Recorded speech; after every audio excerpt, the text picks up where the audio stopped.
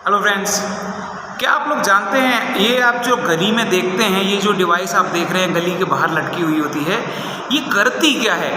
आपने सुना होगा घर पे जो लाइट आती है 220 वोल्ट, आपने खेतों में कुछ लाइनें गुजरती हुई दिखे होंगी, वायर्स गुजरते दिखे होंगे, उसमें कुछ लिखा होता है 11,000 वोल्ट। ट्रेन के ऊपर जो वायर्स होते हैं उसमें लिखा देखा होगा 25,000 वोल्ट। तो ये है क्या एक्चुअल में? क्या ऐसी डिवाइस है?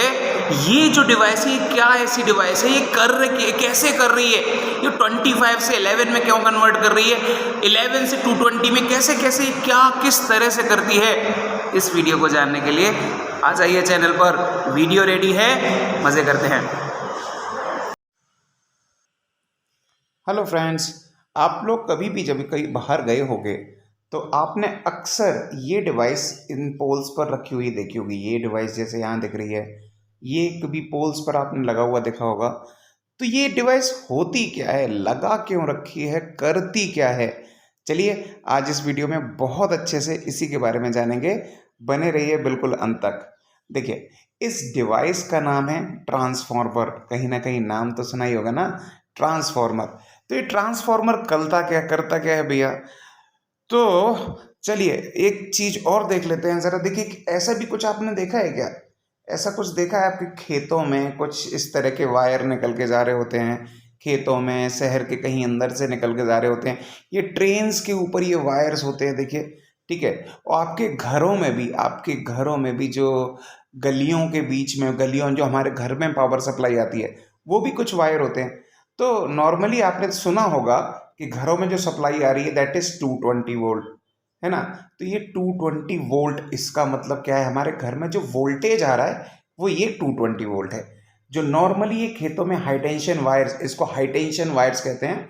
हाई टेंशन वायर का मतलब है इनके अंदर पोटेंशियल की वैल्यू बहुत ही ज़्यादा, यानी वोल्टेज की वैल्यू बहुत ही ज़्यादा होती है। कितने के लगभग? कि लगभग ये 11,000 वोल्ट के होते हैं। 11,000 वोल्ट भैया। और ये ट्रेन के ऊपर होते हैं, ये भी कुछ कम ज़्यादा होते हैं क्या सर? बिल्कुल, ये कभी कभी तो 25,000 वोल्ट, नॉर्मली 25,000 वोल्ट के ये ट्रेन के ऊपर हाई टेंशन वायर्स होते हैं।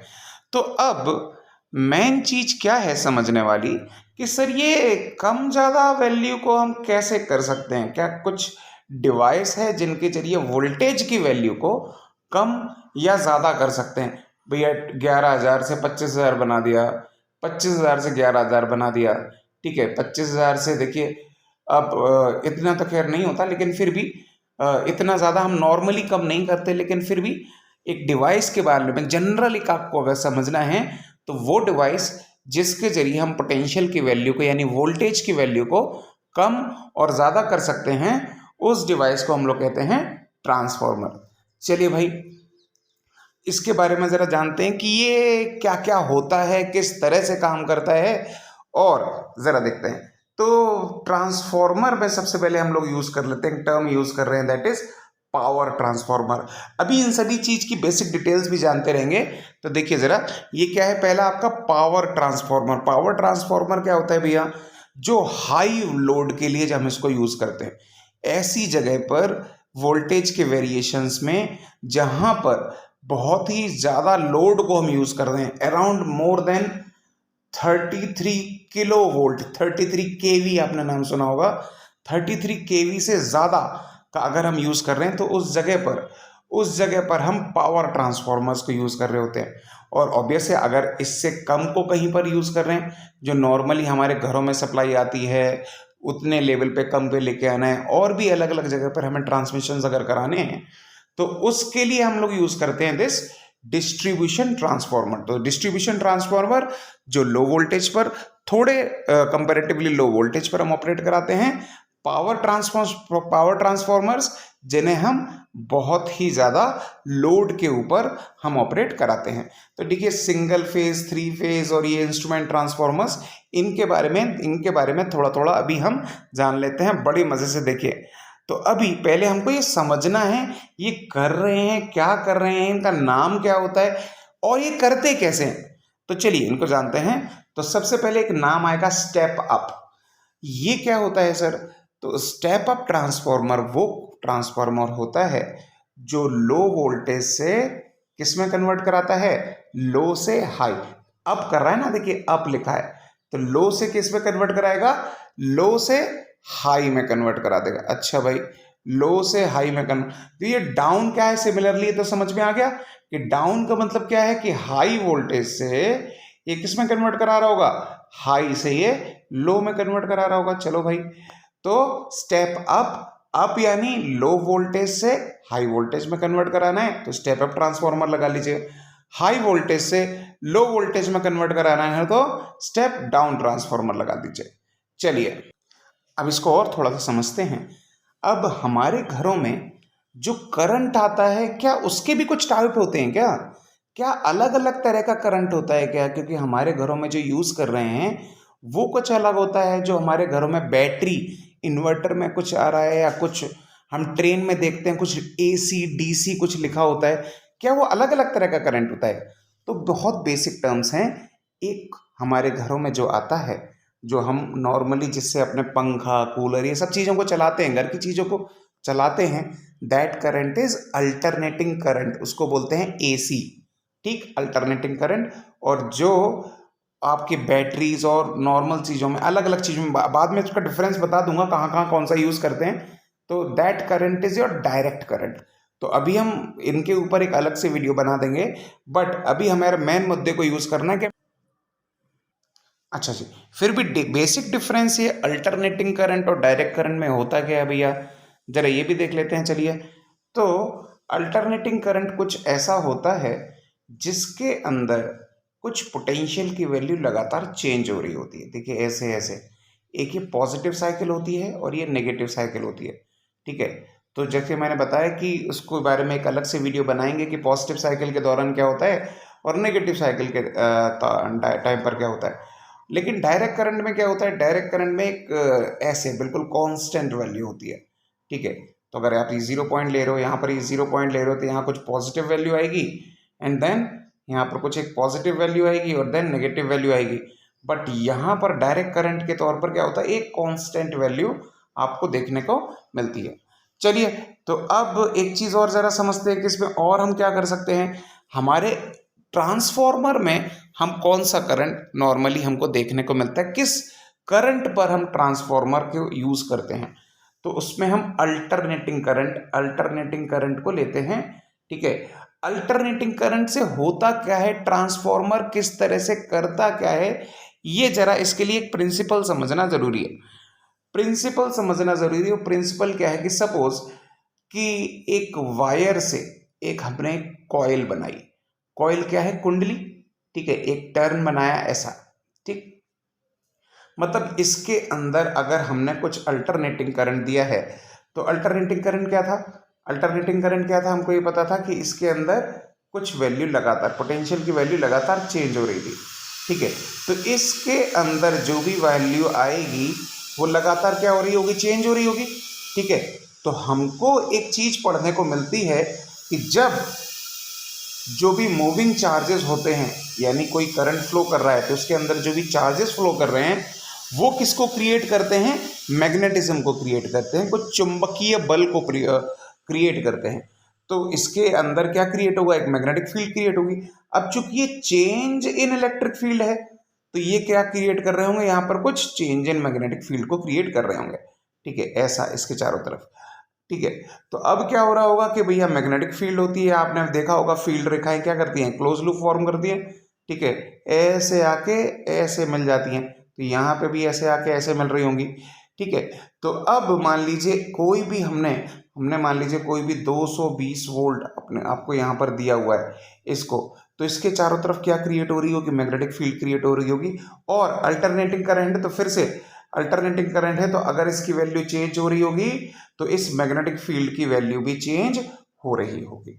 अच्छा जी, तो अब क्या होगा कि चलिए अगर मान लीजिए कि हम यहाँ पर एक दूसरी कॉइल लगा देते हैं, कहाँ पर, एक यहाँ पर एक दूसरी कॉइल लगा देते हैं ऐसे ऐसे, और खूब सारे टर्न दे देते हैं उसे, तो इसके अंदर से होकर ये मैग्नेटिक फील्ड लाइंस गुजर रही हैं। देखिए, इसके अंदर से होकर मैग्नेटिक फील्ड लाइन गुजर रही हैं जी।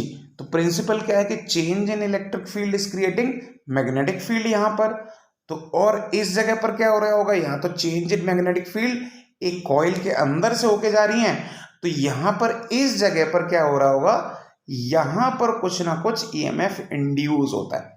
ईएमएफ इंड्यूस होता है, इस चीज को इंडक्शन प्रोसेस कहते हैं। किस प्रोसेस को? Induction process. मतलब कुछ ना कुछ बहरहाल आपको कुछ आउटपुट में आपको वोल्टेज, सिंपल सी भाषा में कुछ वोल्टेज या कुछ करंट मिलता है। तो भैया ये क्या कर रहे हैं, देखिए हमने कुछ इनपुट दिया, बहुत सिंपल सी बात, इनपुट आप दे रहे हैं और उनको कुछ टर्न्स में बांट लिया।